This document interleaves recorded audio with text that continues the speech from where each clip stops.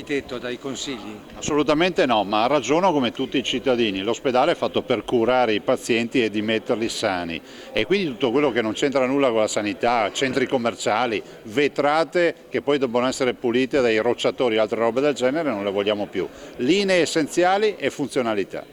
Pedemontana si parte, anzi è già in corso e adesso ci sono delle scelte che avete fatto come giunta, come delibera di giunta. Cosa avete deciso come giunta? Pedemontana è una partita chiusa, finanziata, adesso basta realizzarla e fare veloci, ma soprattutto una grande novità in questi 99 km l'esenzione per gli studenti fino all'età dell'università e quindi a completamento dell'università e dei pensionati e un 50% per tutto il resto dei cittadini. Il pedaggio da chi verrà fissato?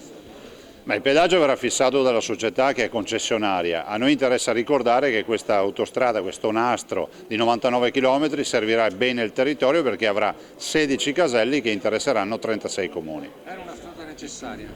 Ma è fondamentale, pensi solo ai collegamenti Treviso-Montebelluna, Treviso-Bassano, Montebelluna-Bassano, è di fatto un grande passante che passa est-ovest nel Veneto e va al di sotto della fascia pedemontana. Realizzazione nel 2016. L'obiettivo è quello di pensare che in 4 anni si possa realizzare.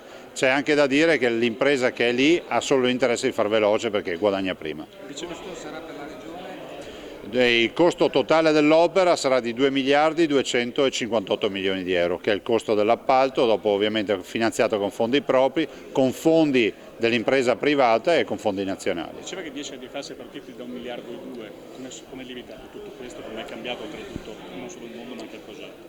È cambiato il mondo, ma soprattutto ricordiamolo che i 2 miliardi 258 milioni di euro nascono dal fatto che abbiamo voluto trasformare un nastro d'asfalto che correva sul piano campagna in un'autostrada, in una superstrada in trincea, il che significa che l'impatto ambientale è quasi zero. Certo è che questa infrastruttura diventerà un'opera simbolo per il Veneto. Presidente, scusi, venendo ai temi nazionali, domani il Presidente del Consiglio Letta chiederà la fiducia in Parlamento. Che cosa si aspetta e secondo lei quali sono le priorità? Che la fiducia non ce l'ha da parte dei veneti, visto e considerato che questo governo ha fatto di tutto, si è inventato nuove tasse, addirittura una mutuando una parola veneta che è Tasi, il che è anche un insulto per i veneti, ma non ha avuto il coraggio di fare quello che doveva fare, ovvero applicare i costi standard e fare risparmiare 30 miliardi di euro a quelle istituzioni, a quelle comunità che sprecano quotidianamente. Presidente, a Padova Rossi ha lanciato questa nuova protesta dei sindaci virtuosi di spegnere le luci per un'ora. Mi dispiace perché ci rimettono i cittadini, però è ragionevole la protesta visto e considerato che una comunità virtuosa come quella veneta, dove dei 581 comuni non ce n'è uno in dissesto finanziario, cosa che in Italia, soprattutto ad alcune latitudini, non accade, non capisco per quale motivo noi dobbiamo ancora tirare la cinghia, ancora punire i cittadini con l'IMU. Noi non siamo d'accordo, si spengano le luci, si chiudono i municipi, si faccia la protesta perché è l'unica cosa che questi a Roma capiscono. Si potrebbe fare una protesta simile in regione? Ma noi siamo disponibili, l'abbiamo già fatto fra l'altro in altre occasioni di spegnere le luci, le spegniamo anche noi, se serve non è questo il problema.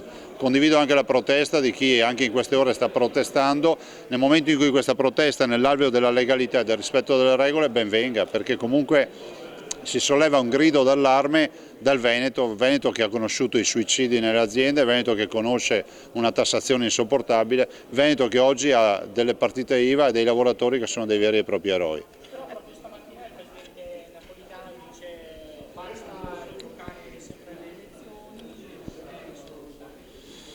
A me risulta che questa sia una prerogativa in parte del Presidente della Repubblica, vista la Costituzione, in parte del Parlamento, perché se il Parlamento si scioglie automaticamente, ci sono delle condizioni per cui non c'è più un governo che ha la fiducia, si va a votare, piaccia o non piaccia a chiunque. La verità è che la partita delle elezioni è una partita che viene invocata nel momento in cui non si risolvono i problemi. Non condivido la posizione del Presidente Napolitano rispetto all'indulto e all'amnistia o questa visione di svuotare le carceri, ma dico piuttosto che se c'è una cosa da fare è rispettare le vittime di chi ha commesso reati e piuttosto che svuotare le carceri, viste le condizioni disumane nelle quali i carcerati vivono, facciamo nuove carceri. Vedo che ci sono molte isole abbandonate a Venezia, in laguna, magari approfittiamo anche di qualche isola abbandonata. Si vocifera di una possibile candidatura di Variati, cosa ne pensa? Beh, che è il sale della democrazia. Io spero siano tanti i candidati alle regionali, è il sale della democrazia ed è anche l'occasione perché i veneti possano poi interrogarsi fino in fondo su progetti, programmi e tutto quello che sarà.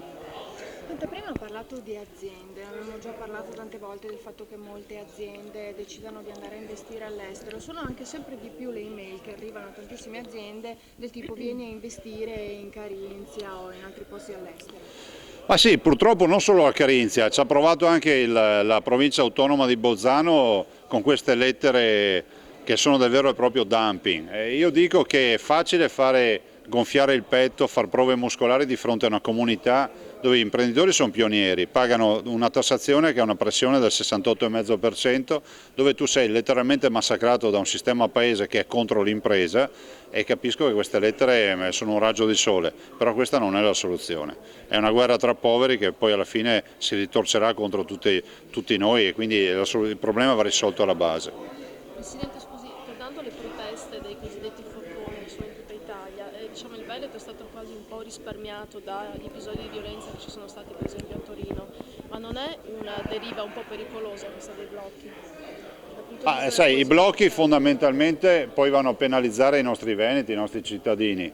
Io spero che queste manifestazioni continuino nell'alveo della protesta, della sensibilizzazione, ma non della paralisi, perché poi ci sono dei cittadini che devono andare al lavoro, che devono andare magari a accudire dei parenti anziani, ammalati, insomma c'è una miriade di varianti, c'è anche chi cerca di sbarcare il lunario spostandosi in auto, no? E spero che il tutto continui nella protesta civile come è accaduta fino a questo momento e che non trascenda come è accaduto a Torino.